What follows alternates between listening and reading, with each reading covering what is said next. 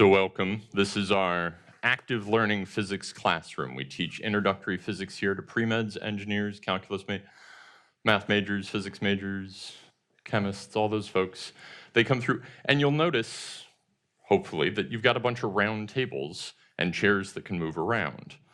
That's because we work in groups. We actually foster group discussion. There will be opportunities for you to turn to each other and discuss some of the activities, some of the things that you're seeing, and having those conversations with each other. Now, there's no front to a classroom like this. There's no central place for the professor to stand. And so what we have is screens around the outside and various cameras. And so if I'm doing an activity, we'll put a camera on it and put those on the screen. So if you can't see directly what I'm working on, you can instead look right at the screen. It's a little disorienting for me because I like to look at you all, but I also have to keep track of what's going on. So we're still getting used to this building because it opened this past semester. So we just finished our first term in here, but we've already had several hundred students come through and enjoy physics in this class.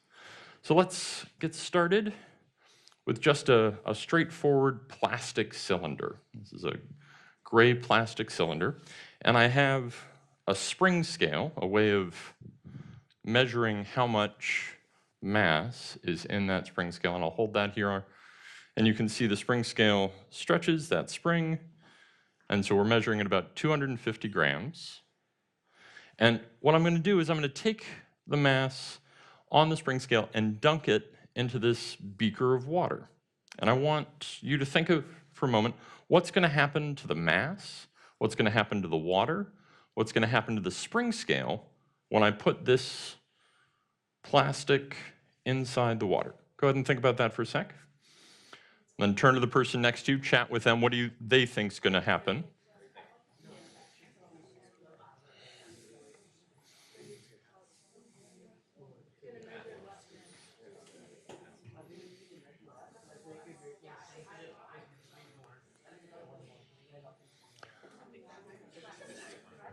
All right. Who has an idea, something that they think will happen? Some observable, some effect. Raise your hand if you, yeah, what do you want? The water level is going to rise? The water level will go up because we've put something in the water. Good. Totally reasonable. I like it. Yeah. Also, it might weigh less. It might weigh less. What might weigh less? It might not weigh less, but the grams will go. So the spring scale measurement will decrease. Yeah. Why? Because the water, it won't go down all the way. So if this floats, yeah. If it floats, then this will weigh less. I'll measure less. If this doesn't float, will this weigh less? Probably not. Okay, so if I put this in the water and it doesn't float, so without the spring scale, I'm just going to add, and it doesn't float, what do we expect to happen on the spring scale? Will it still weigh less? Will it weigh more? Will it weigh the same? It'll weigh more, because like the water's like dragging it down. So the water's dragging it down now, so we think it's going to weigh more on the spring scale? It's either going to be the same weight or it's going to be slightly more heavy. All right, so who thinks heavier because the thing doesn't float? Some of us are going with that. Who thinks no change because it doesn't float, so it's just sitting there?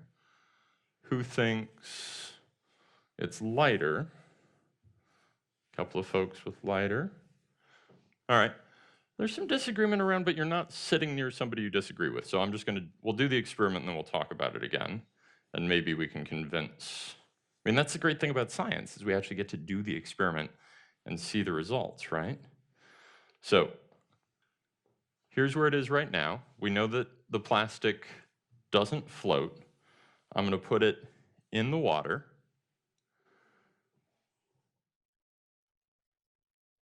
And it measures lighter on the spring scale, not heavier, even though it doesn't float. It'll sit on the bottom, and if it sits on the bottom, it's totally gone.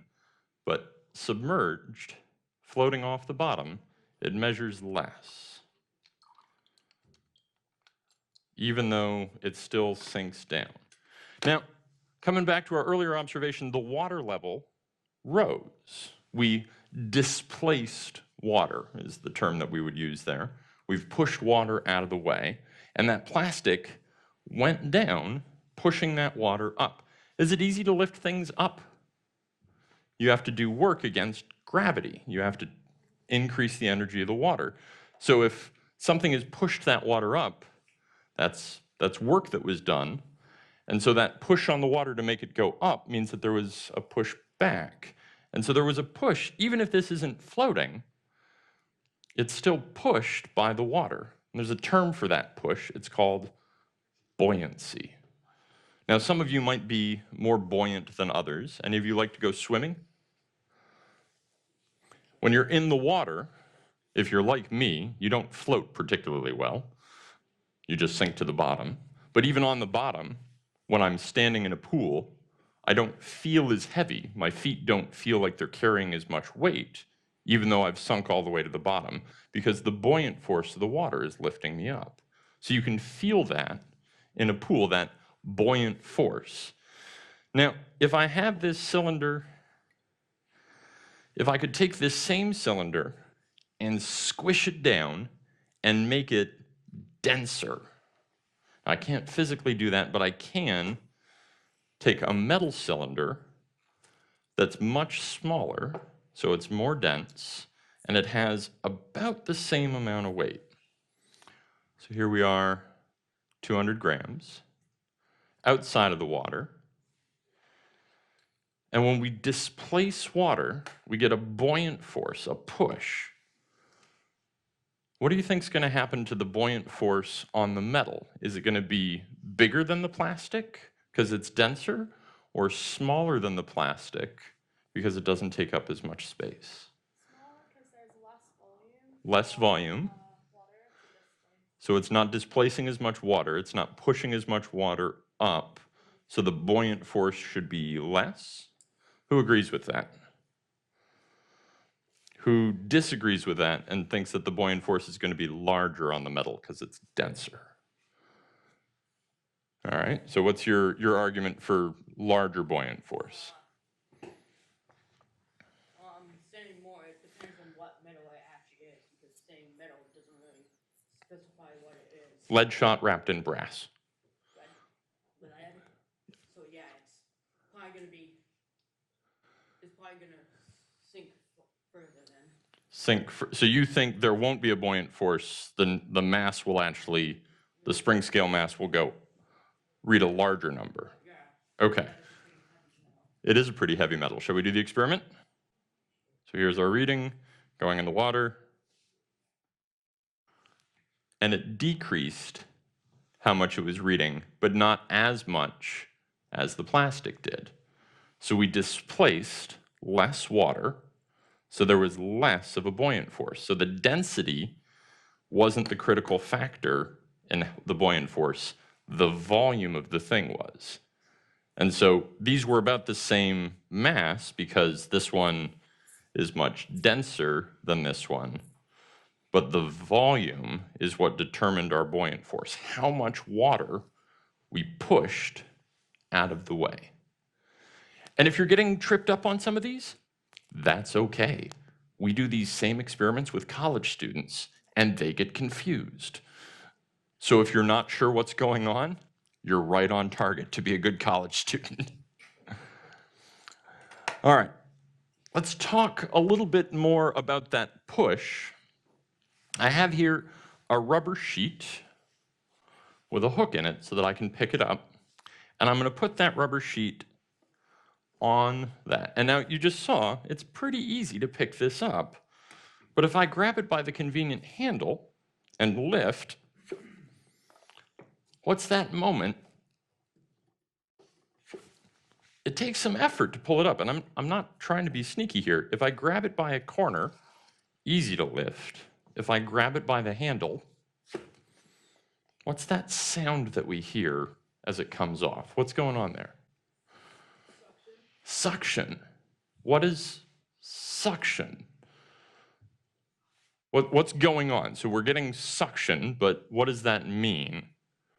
Unpack that term for me.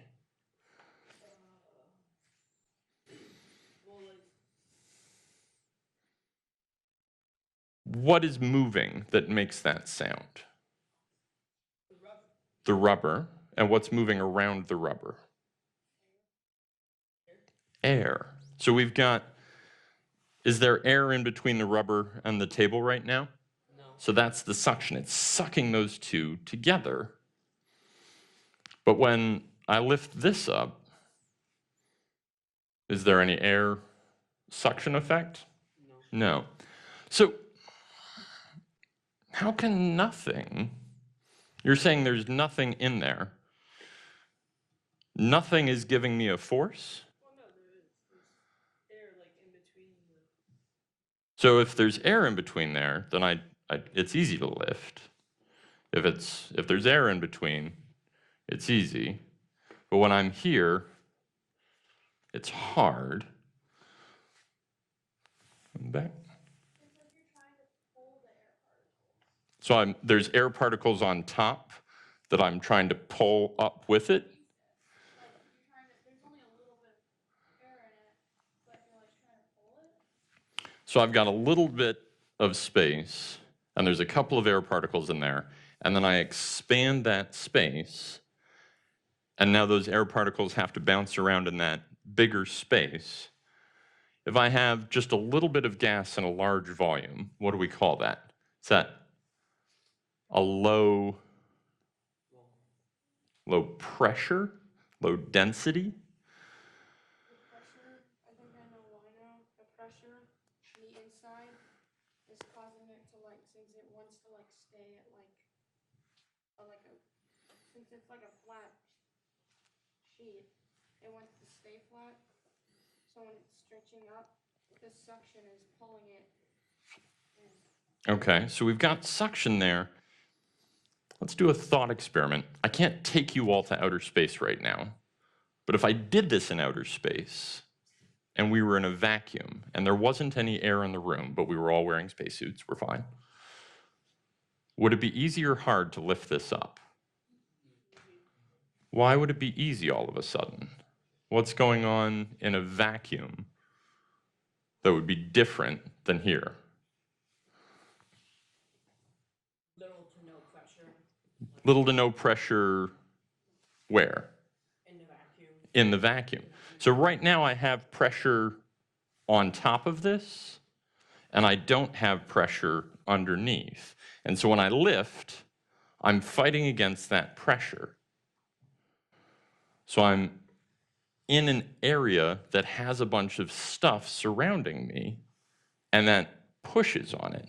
Just like when we put the mass in the water, there was a push because it was surrounded by stuff. Do you have something you wanted to add? I was just going to say this, if you think about this as similar, we do a lot of work with syringes. Okay. So closing off the tip and pulling back on the barrel. Yeah. So thinking about it, just having them try to connect that. Great. Yeah. If you guys are, we'll come to a syringe in a little bit. So we get a buoyant force in the case with the flask. We also get a kind of a buoyant force here as I push against the atmosphere. So let's talk a little bit more about buoyancy. I have, which ones? Got a scale here.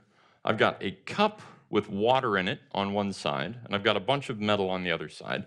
And the scale, as you can just see, tips back and forth depending on which side seems heavier to it. And here's my question. I'm going to put my finger in the water of this cup, not touching the cup itself, but just in the water. What's going to happen to this side of the scale? So everybody raise your hand. Put your hand up. If you think the red cup side of the scale is going to go up, put your thumb up. If you think there's no change, put your thumb sideways. And if you think the red cup side is going to go down, put your thumb down. So everybody get your hands up high so I can see them. All right. See some ups. See a couple of downs. See some no changes over at this table. We've got a complete trifecta over there. Great. I love seeing the differences. All right. Go ahead and find somebody near you who disagrees with you and convince them they're wrong.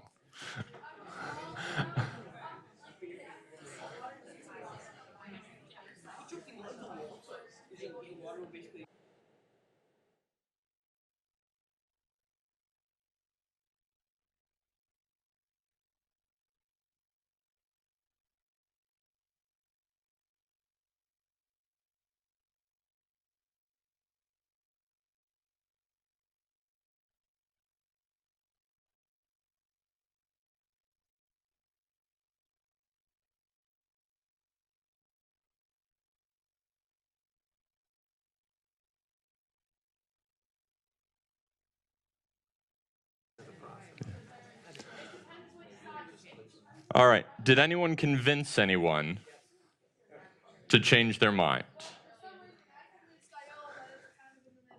Yeah. So you convinced. What was your vote before? Well, I thought it would go up. So you've gone from up to side? The speed that you're pushing your finger down is gonna change. Oh, so we should do it with me pushing fast or me pushing slow. Okay. We can run those. Did you change your mind?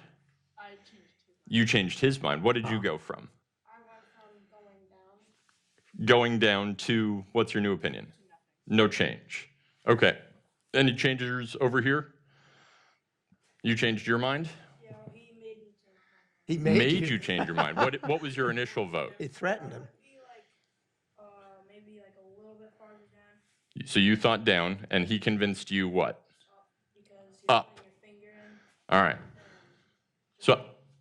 So we've got some folks change their mind, some folks stand firm, and one follow-up experiment, what's the speed that we do it? So I'm going to start doing it slow so that everyone can see, and then we'll try it again with fast. Not touching the cup, just touching the water. Ready?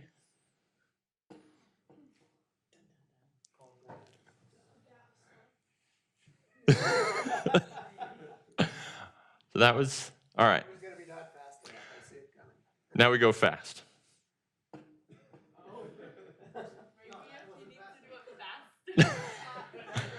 So me going faster will make it go up? Trying to do it like really slowly. Way to hold your ground, guys. That's good. Wait for it. Wait for it. Wait. Oh. So I'm displacing water with my finger, even if I don't touch the cup. As I displace that water, I get a little bit lighter on my feet because I'm being buoyed by the water. I'm floating just a little bit. But that means that the water is supporting some of my weight, which means that that side seems heavier, and that side of the scale goes down. All right, now for those of you who had your mind changed, maybe to an answer that you weren't happy with, we've got a chance for you to get revenge. We've got another one. Now this time, I've got some metal on this side, and I've got a balloon on this side. And Dave is going to kindly blow up that balloon for me. We got to add another part. He's got another job. So for those of you worried about the reusable straws, we've been reusing that straw for a decade. 3 days ago, there was A complaint about a young girl plastic who straw. was really concerned that I was using a plastic straw, which is just It's a fine. well-used straw. I was just So- surprised she could spot it. He's going to blow up that balloon, and you can hear him do the work of adding air, pushing air from the room into that balloon. And it's a Mylar balloon. It doesn't stretch. It's not latex. And then we're going to put that balloon back on the scale along with the straw. Question? Congratulations, it's a girl. Oh, yeah. That could have been when my daughter was born. Not sure. So we're going to A add long the time ago. balloon back to the scale. And remember that they were balanced. So everybody, hands up. What do you think is going to happen to the scale? Will the balloon side go up because now the balloon floats? Except it sits. Does the balloon side not change? Or does the balloon side go down? He's added a bunch of air to it. So everybody vote with your thumbs. Nice up high. We got up, up, down, down, down, down, What's your vote? Ups. What's your vote? Up? All right. The cylinder's gonna go up. So we're talking what's happening to this side of the scale. So I'm going to put the balloon on this side of the scale. Do we have a trifecta table again? You guys are great. I love this table. Cover all the bases. All right. You all say down. What do you say back there? All right. Up, down. You're all saying down. Heavier on that side. Do we have a down consensus over there? Down, down, down. Balloon side would go up. No, it would go down. All right, so we've got some disagreement there. How's our table back here? Have you come to a consensus? Down, down, up? It would be different if it was helium. They're testing the fire alarms. We're totally fine. There's no classes this week. And so that's when they do these tests. It's totally fine. Actually, they concluded. Oh, We have to leave. I apologize. Yeah, they concluded the test this morning. Please grab your coats and follow me. Actual evacuation.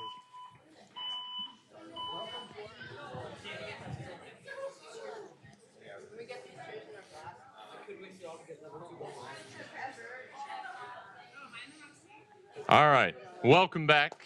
A little bit of unexpected excitement there. Thanks for bearing with us. Take a deep breath.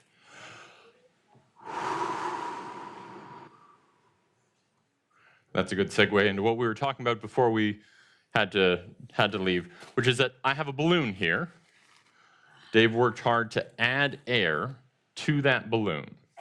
And now I'm going to put the balloon on the side of the scale where it was originally. And some of you said he added air. It's going to go down. Most of you had settled on the down hypothesis. Was anyone not down? You're saying it's going to go up. Anyone else? The side with the balloon relative to where it was originally. We've got one up. We've got one no change. You're saying it's one no change, one up. Everyone else is down. Down's back there. No change. All right. Let's give it a shot.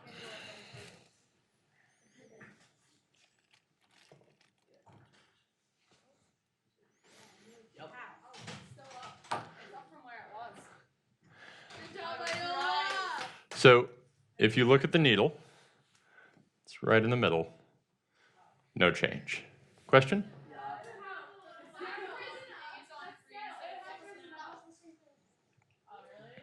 So you're saying this slider got moved? So I shifted the slider before we took the balloon off so that it was level. And what happens here... Just a quick comment. Don't look at the pans on the balance to see if it's level because they're crooked. Look at the pointer in the middle. Okay. this Should have pointer- pointed that out before. Their old scales are all wonky. Okay. So we're Sorry about that. judging the balance based on that pointer in the middle. So let's talk about what's going on. And actually, Dave, if you want to deflate this balloon, we can go back and show them that it came back to the same spot based on the pointer rather than the pan level. He added air. He added stuff to the balloon, but when he added stuff to the balloon got bigger. It expanded. And everybody take another deep breath. You're at the bottom of an ocean of air. And so when that balloon expanded, when that balloon got bigger, it displaced air. So all of the air that he added to the balloon displaced air in the room and ended up resulting in a buoyant force on the balloon. So all of the air that got added was offset by the buoyant force of the air that it displaced. So now we have the flat balloon, and we'll put it back in the cylinder, along with the straw and everything, and testing and coming back. And that needle is right back in the middle. So the pans, yes, the pans are slightly offset, but the needle, even though he's removed that air, comes back to the same spot. All right. Again, college students routinely get this wrong. So let's talk third case, chance to redeem yourself. Let's get the needle in the middle balanced. And in this instance, on this side with the blue balloon, I have a flask of water. And on this side with the orange balloon, I have a flask of vinegar and some stuff up here. Any guesses on what I might have right above my vinegar? Why would I have baking soda?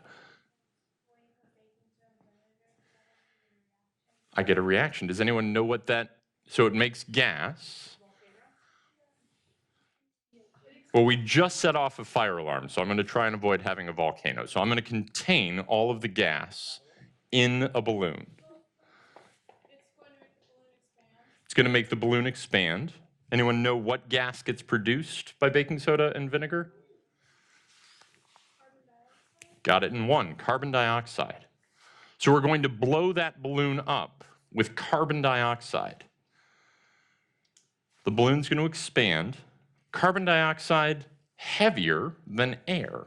You can actually pour carbon dioxide out of a flask or a beaker onto candles. I don't know if you've done that activity. It's a fun way to extinguish candles. Yeah, dry ice is solid carbon dioxide, so you can see that it's heavier than air. So now, here's the question. After I do the reaction, is the orange side going to go down, stay the same, or go up? We're generating carbon dioxide, a gas that's heavier than air, and we're inflating the balloon. Hands up. Vote with your thumbs. What do you think is going to happen? Consensus at this table. This table is finally agreeing. It's all, they all say down. No change. This is the table of no change. All right, start talking to them, convince them they're wrong. What's this table think? I think the gas Up? is gonna make it rise. Down? Consensus over there? You're not sure. Talk to them. See. You think down because it's a heavier gas. What's this table? I'm not sure. Up. It's gonna go up for two reasons. First, the gas burners, and second, we've done one experiment that went down. We've got some metacognition going. All right. So we've got some folks saying down. We've got some folks saying no change. We've got some folks saying up, down, down. I think we've covered all the bases. All right. You're saying no change now? You're in the middle. All right. You couldn't have a consensus table. I understand. So I'm taking the flask off, moving that out of the way. I'm going to try not to drop.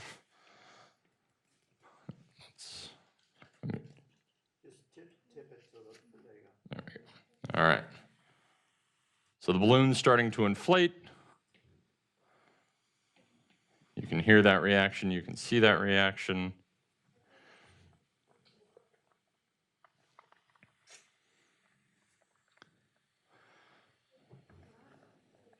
So is any matter escaping the system?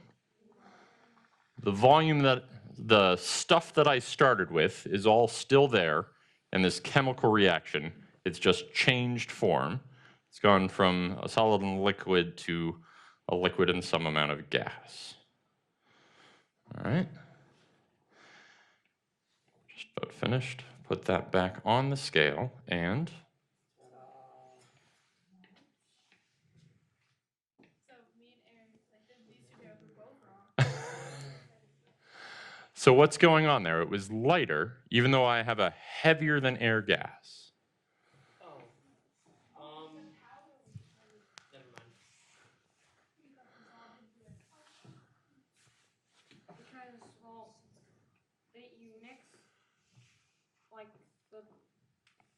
like someone from that table said, the powder.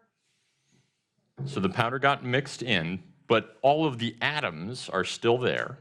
It weighs the same. It's just taking like up a different. No, it doesn't weigh the same. It has the same amount of mass, which is But different. It's taking up more space because the gas particles are moving around more. So it's taking up more space. And when we take up space here at the bottom of an ocean of air, what did we do? We displaced the air by the volume of the balloon.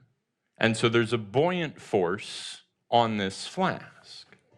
If you made, I feel like it's like an ocean. Like if you made a raft like flat, it would float. But if you stacked like all the wood pieces on top of each other, it would just sink. Okay? So they would, if I have a raft, if I tip it upright, it would go down until it had displaced enough water to kind of keep it up. So that raft, if I try and balance a pencil on water, it'll sink down, and if I put a weight to keep it that way, eventually it'll float, but enough of it has to sink to displace the water, and it's easier to get a larger volume displaced when the raft is sideways. So with the buoyancy here, the inflated balloon has I've got a penny here, I'll add that to the scale. I've displaced about a penny's worth of air in terms of the mass to bring it back into balance. So that's the difference in the buoyant force from that inflated balloon. Now, I will freely admit, as a physicist, that this is a rather contrived set of experiments. We've done idealized things to talk about a situation in very limited fashion. But this actually does pertain to things that you'll see kind of in the real world. So we live here in Vermont. We have the benefit of Lake Champlain. It has fish. Let's talk about fish. I'm a physicist, so I have plastic fish as opposed to a biologist. But I have a little fish right here. And that fish is currently floating. It's plastic. It's got a little tiny air bubble inside of it. Yeah?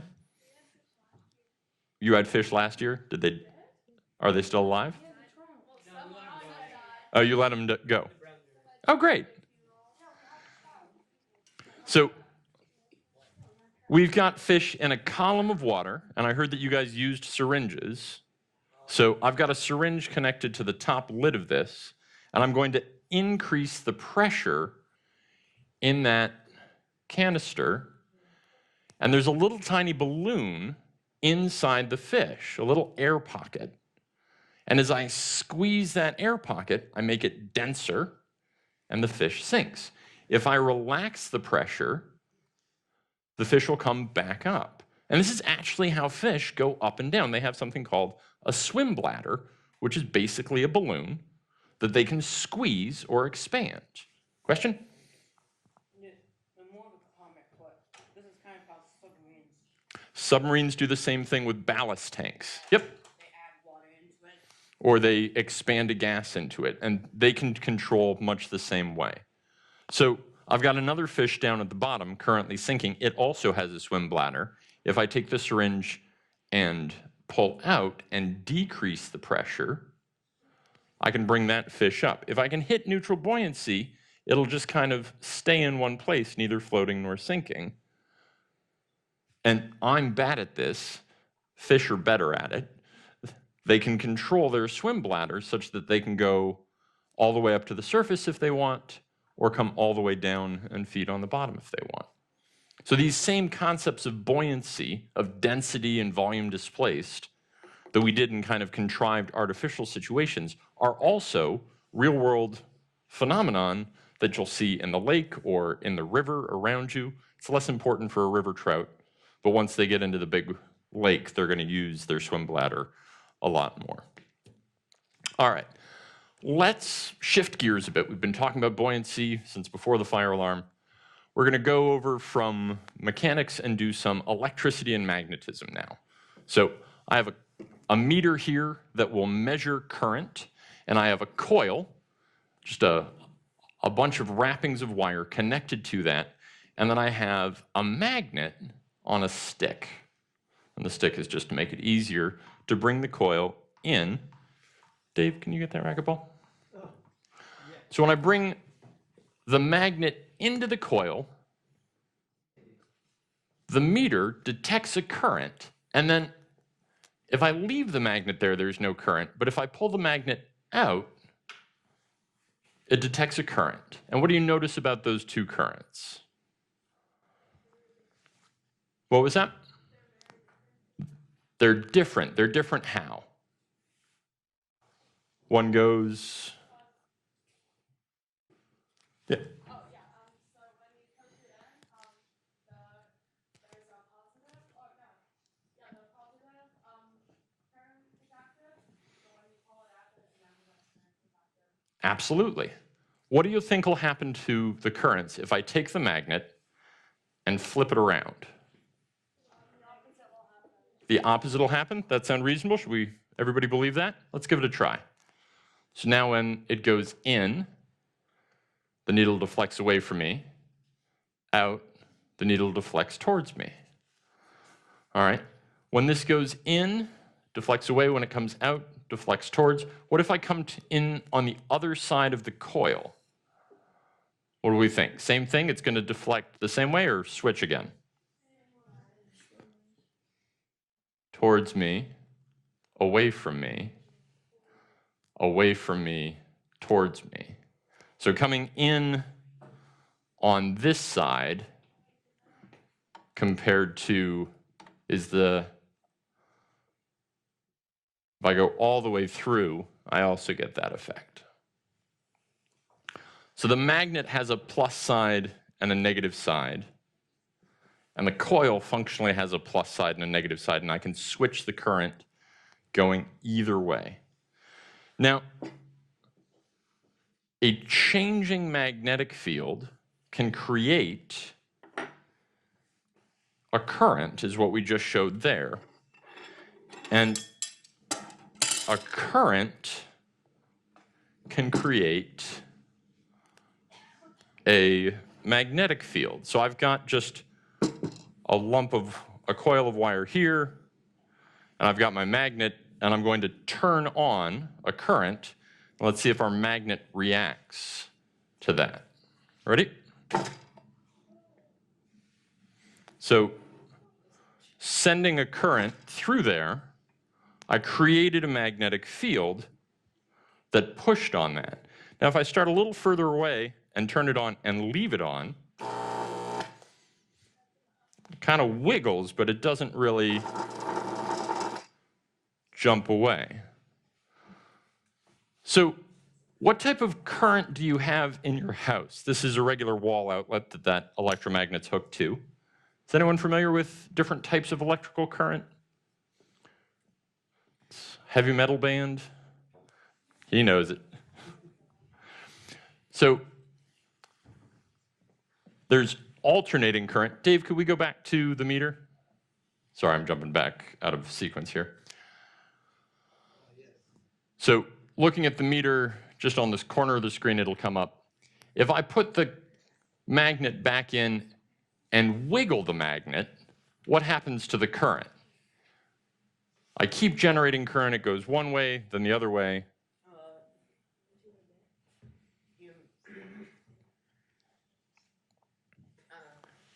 So there's another term for wiggle that we use when we describe current. Switching, alternating. Alternating current as opposed to direct current. Your houses use alternating current, which switches constantly. All right. So I have alternating current here, which means I have a magnetic field from that current that's constantly changing. And we know that a changing magnetic field can create currents. So instead of showing that with the meter, now I'm going to show it with a light bulb. Now there's an air gap there. I'm not directly letting electricity flow from one to the other, but I can turn on that light bulb by creating a changing magnetic field which induces currents in my light bulb. Any of you heard of wireless charging for cell phones or cars? Induction charging? That's this. They're selling it as new technology. We've known about it for more than a century, but we're finally getting to the point where we can actually transfer energy efficiently that way. So I'm going to stack another layer on top of this, which is we know that currents can create magnetic fields, changing currents can create changing magnetic fields, changing magnetic fields can create currents, which would then create magnetic fields. Which is a lot of layers, but let's break it down. I have a piece of aluminum here, and aluminum is not particularly magnetic. It's not grabbing to the magnet. But if I have a changing magnetic field, I can create a current that'll create a magnetic field in this, so I can magnetize my aluminum. What do you think will happen? Will this get stuck when I turn it on because I've created another magnet? You think something else will happen? It might start hovering? That'd be cool. Should we give it a try?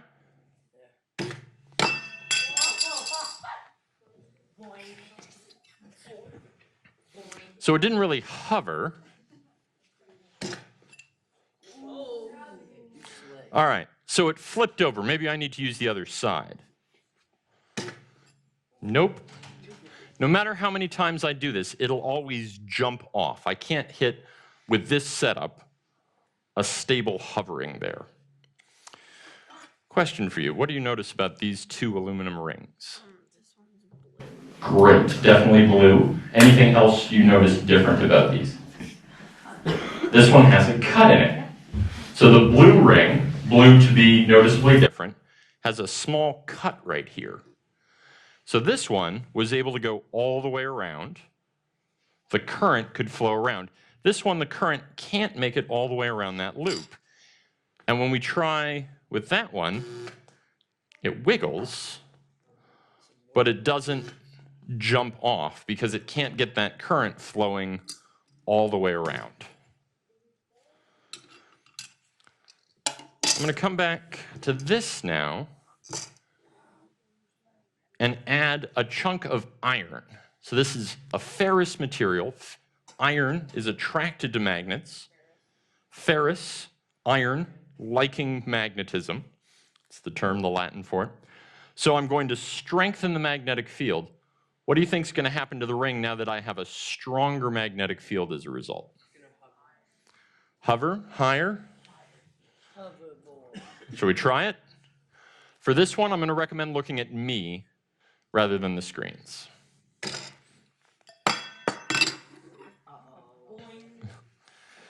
So that stronger field makes it go higher, but it's still, I can't hit a stable configuration where it'll just hover with this, unless I had a really big pole and it would jump up and then fall down and just kind of bounce back and forth. All right, aluminum's an okay conductor. I want to go to an even better conductor, which is copper. So I have a huge block of copper here, not a ring, but just a solid mass. And now instead of using an electromagnet, I'm going to use a permanent magnet. This is a block of rare earth magnet. It's a neodymium magnet. And I'm going to drop this on 3. Ready? 1, 2, 3. You want to see that again? Yeah. 1, 2, 3. What's going on there? Well, let's work on what we just went with, yeah? Well, the magnets are pushing away from each other, but the force is just too strong. So this is a magnet. The copper isn't a magnet. It's metal. It's conducting. So as the magnet comes towards it, we're changing a magnetic field, which is creating a current, which creates a magnetic field, which pushes back. And so as this gets closer, it creates a field. Now, what do you think will happen? We said magnets have plus sides and minus sides. If I flip the magnet over, It's going to attach immediately. it's going to go faster? Who thinks it's going to go faster? who think something else will happen rather than going faster? What do you think is going to happen? Oh, me? Yeah. I think it might float a little longer. All right, so you think it'll still float? All right, let's do the experiment. 1, 2, 3. Still floats basically the same way. So it doesn't matter if I'm bringing in a plus field or a minus field, I'm changing the magnetic field, and that's the important part. If I had another magnet underneath, it would change the net force on this magnet. All right, going to do it a slightly different way now. I'm just going to tip it. And if you actually look at the bottom, when it tips, the bottom will actually come up for just a split second.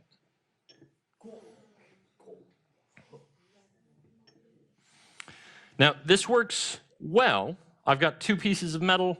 They're pretty smooth. They should just slide past each other. But instead, it's like your teacher before he's had his coffee in the morning, right? Mr. K. And if I'm there and without even touching the copper, I'm going to try and move the magnet across the surface.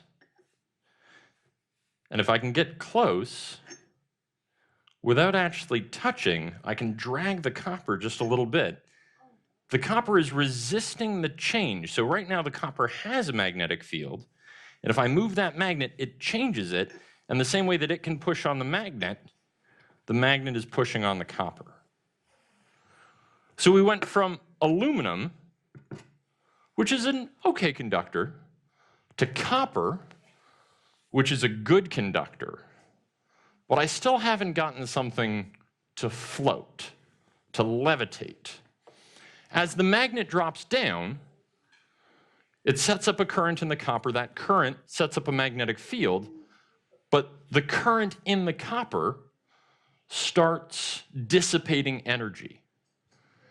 If I had not just a good conductor, but a great conductor, a superconductor that could actually let current flow without dissipating energy, then we might get some actual permanent floating.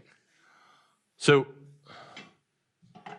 Dave just added liquid nitrogen to this little petri dish in which I have a chunk of YbCO, a superconductor. And once it's gotten cold enough, past its superconducting transition, hopefully we'll see what a good conductor looks like compared to a superconductor. You want to just put the magnet in? Okay, you want to do it? So Dave's got a little tiny magnet, and he's going to put it right above that superconductor, bring it into place.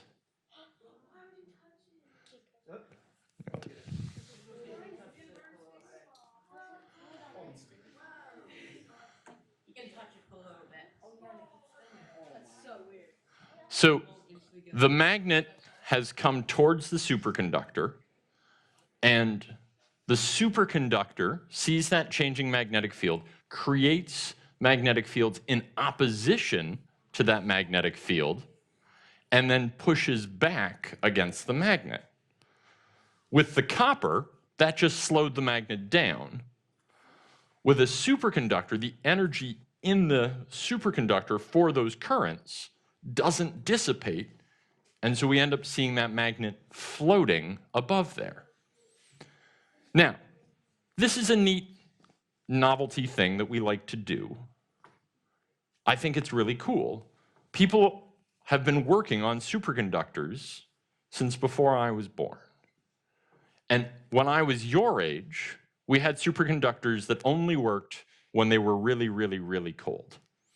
And now, after decades of research, we have superconductors that work when they're really cold. So there's some more work to be done there. If we could get a room temperature superconductor, you could levitate a magnet permanently above it. And if we had room temperature superconductors, the electricity companies could send electricity to your house without losing any energy in the lines. Right now we build power lines out of copper, which is a good conductor, but they still dissipate some energy. So a room temperature superconductor would save energy and actually help offset things like climate change. So again, contrived desktop examples connected to research that could help influence the world. All right.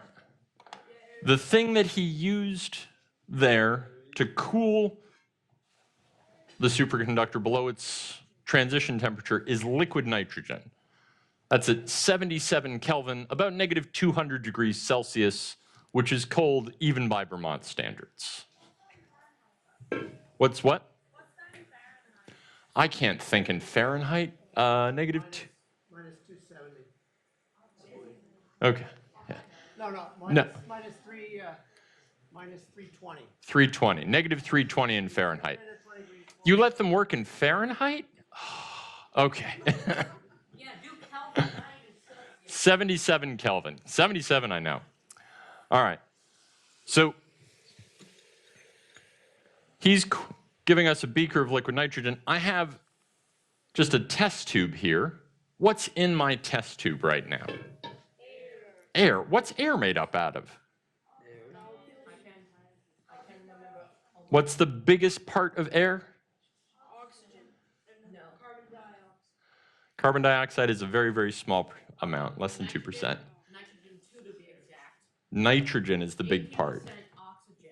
There you go. 1% argon. A little bit of argon, but 80% nitrogen, mostly nitrogen. Unless you're in New Jersey. Sorry, I had to say that. All right.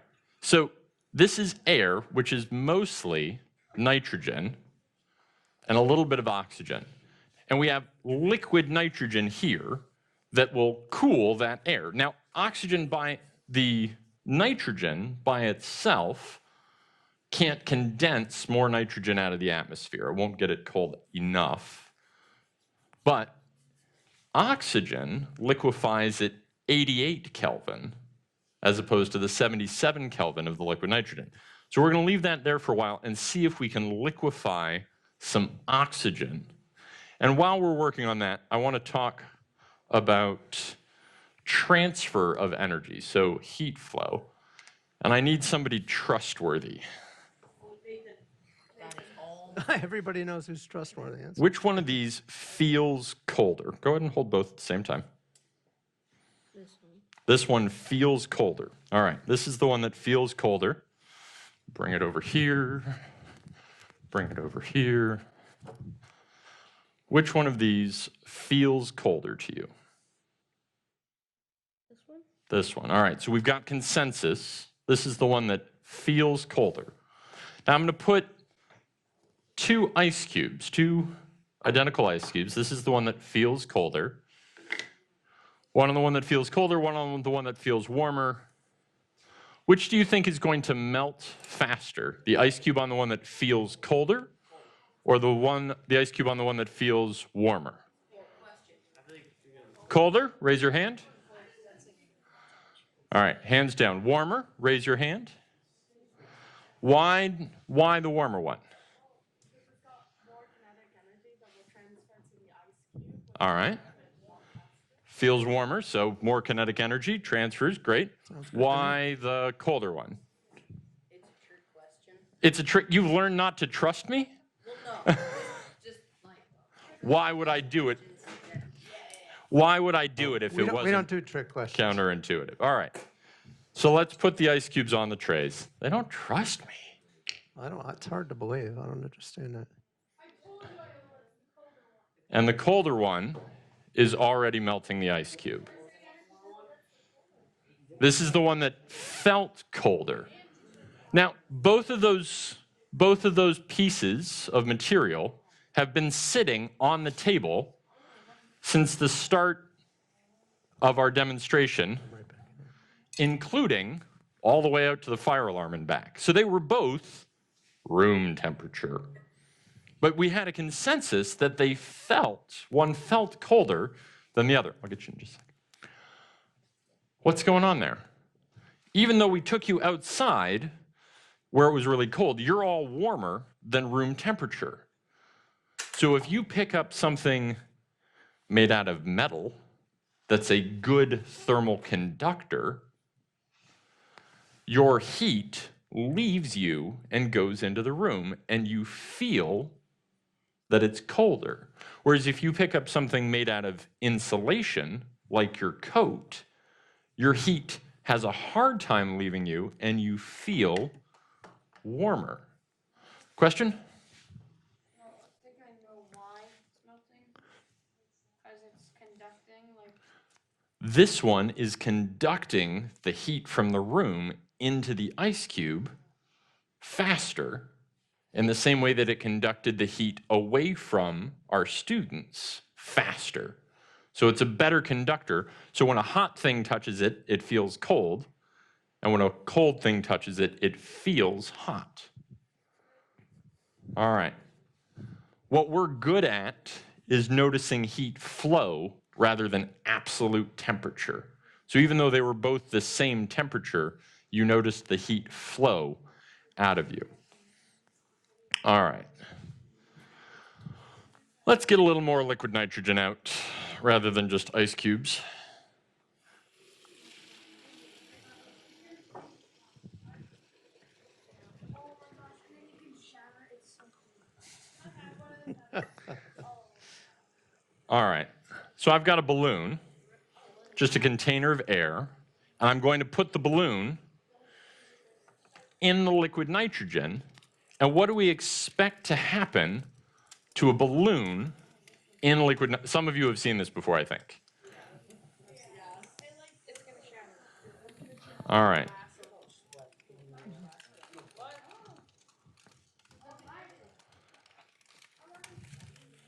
So it didn't shatter, but it started when I first pulled it out, small, and I pulled it out, and what happened? It warmed up and it expanded again. Yeah? I think what's happening is compressing. It's compressing. So the air in there is getting smaller. When gases get cold, they shrink. And when you heat them up, they expand. Anyone seen a hot air balloon going over Vermont in foliage season? They heat up the air, it expands, it takes up more space, there's a buoyant force, and that's enough to let the balloon float along and enjoy the scenery. Whereas if I let it cool, it gets smaller. Now, I don't want to crush this. I got to use it this afternoon for the other kids.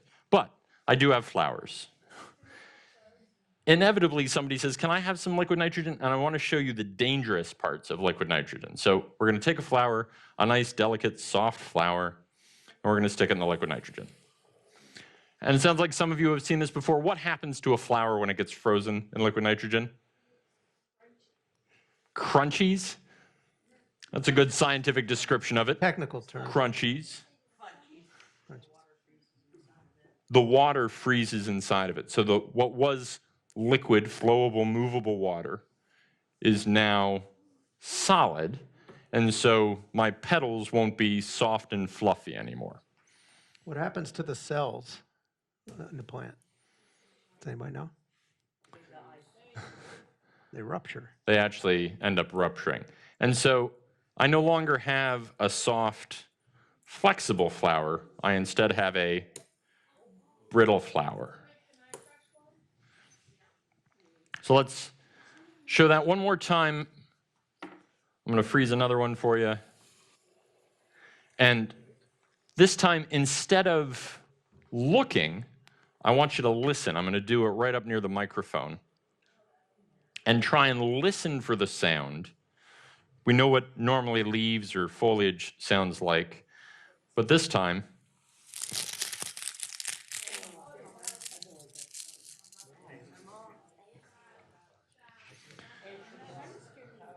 all right. We're going to do a couple more things with liquid nitrogen. I've got a racquetball here, a nice bouncy racquetball. And we just talked about how it gets cold. Okay. I'm going to add that and let it cool. Oh, right. Sorry.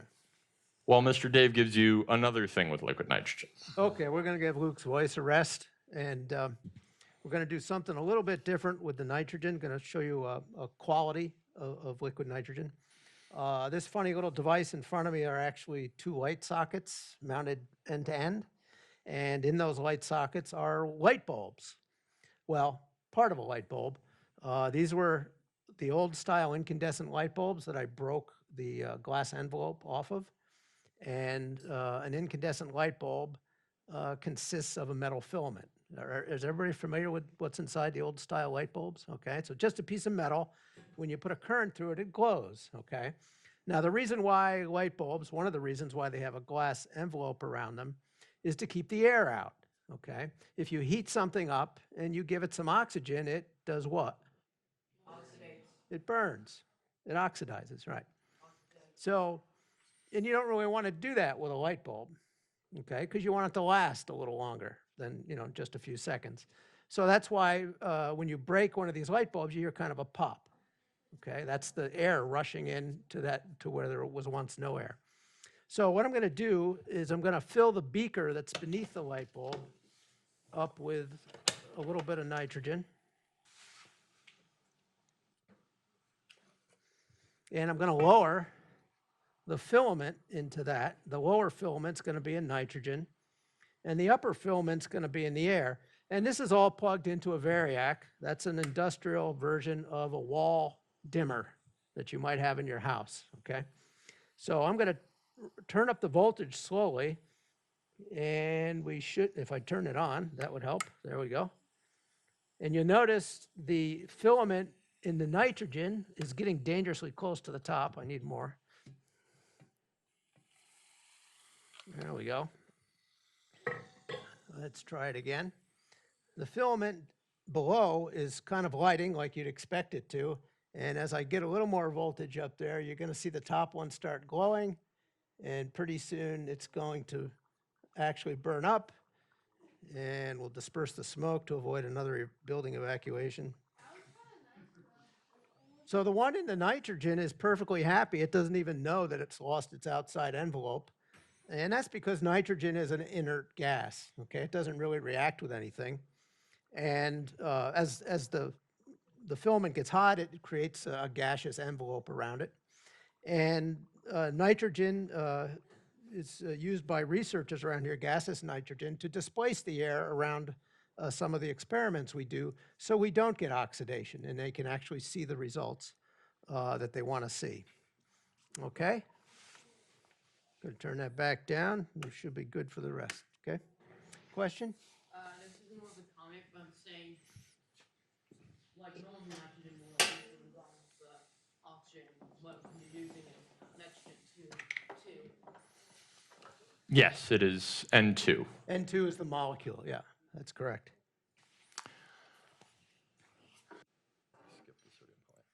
Yeah, that's fine. I was thinking the same thing. Remember that ping pong ball? Sorry, not ping pong ball. The racquetball I had that was nice and busy, nice and bouncy.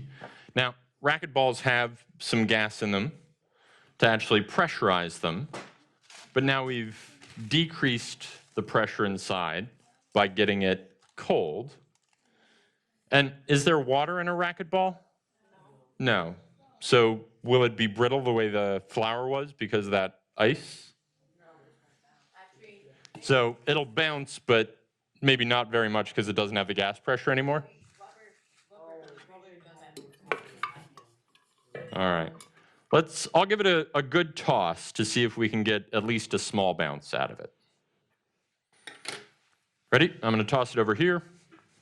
I told you, rubber shatter. Okay, don't touch the piece as if that you happen to be near them. So there's a piece on the floor over here. Oh, not my boots anymore. It's actually brittle.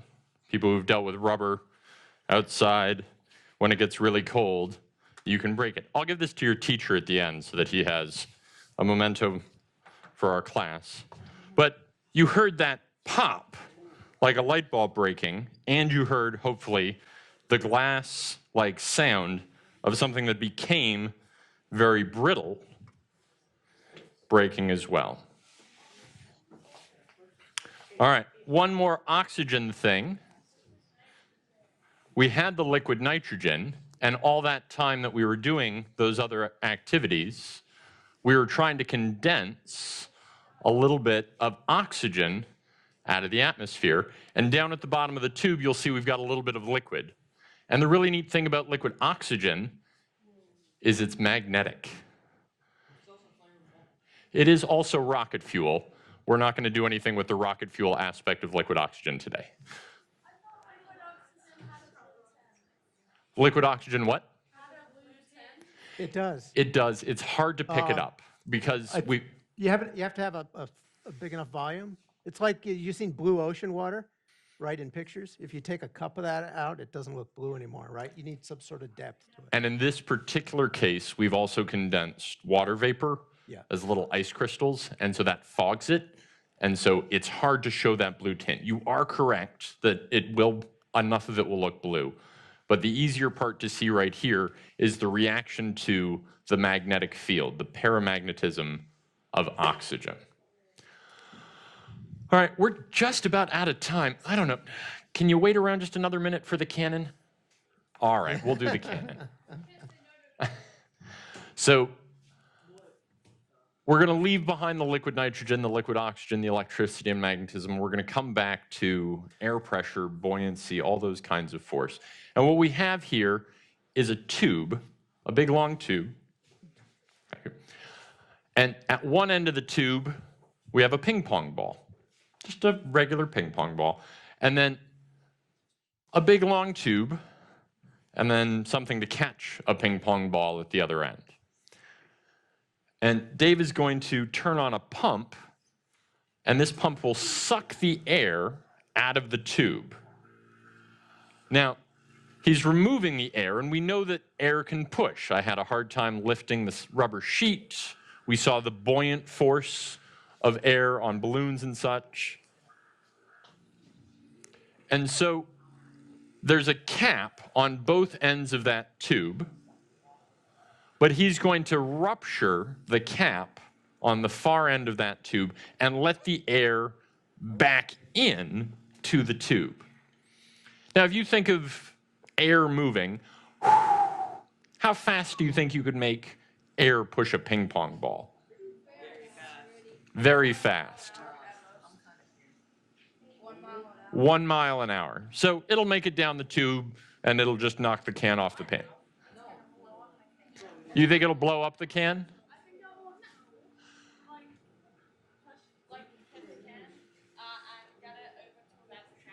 You think the can will land at about the trash can? All right. So we've done measurements with high-speed cameras. The best that we've been able to see is that this goes at about 500 miles an hour. So I'm going to ask you, not quite supersonics, it's about 250 meters per second. Don't bother looking at the screen, just keep your eye on the can in the middle, and plug your ears. It gets a little loud. Okay, everybody, fingers in your ears. It's a little louder than a gunshot. Fingers in your ears. Fingers in your ears, please. Ears.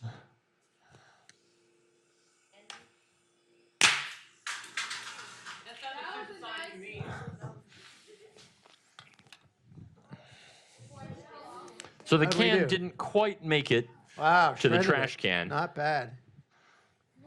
but it didn't quite catch the ping pong ball either. We're going to give it to your teacher. It's got sharp edges. We'll let him decide.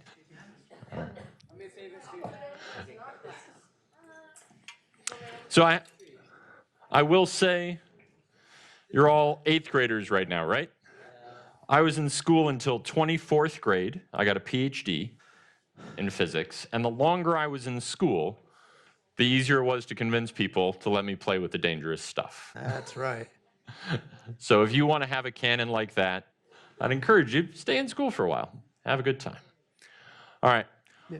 Thank you very much Question for here? coming out. Oh, Quick question. I think we have time. Go ahead. sure. You stayed in school for like 12 more years after senior year of high school? So you go high school, and then you go college, 4 years, And then in my case, I took a little over 7 years to get a PhD Yep. after college. Some people do it faster. I was having fun. 7 years for physics PhDs. It's- Pretty standard. it's I just- took about 7.5, so 24th grade. You get more education than a medical doctor, actually. Wouldn't this, some, one taken away from this is kind of a rail gun. The jumping ring is actually closer to a Right. railgun. Railguns use electricity and magnetism I know. Yeah. to shoot. This is close to a potato cannon, yeah. Okay, There you go. so I think it's time for you guys to gather your coats. Make sure you have everything Please gather that all you your came coats. with. They No won't less, fit no us. more. I'm going to point out Thank you one for last coming. thing on You're your a really way good out. group. If you go out the door on your left and look to your right, you'll see a hologram.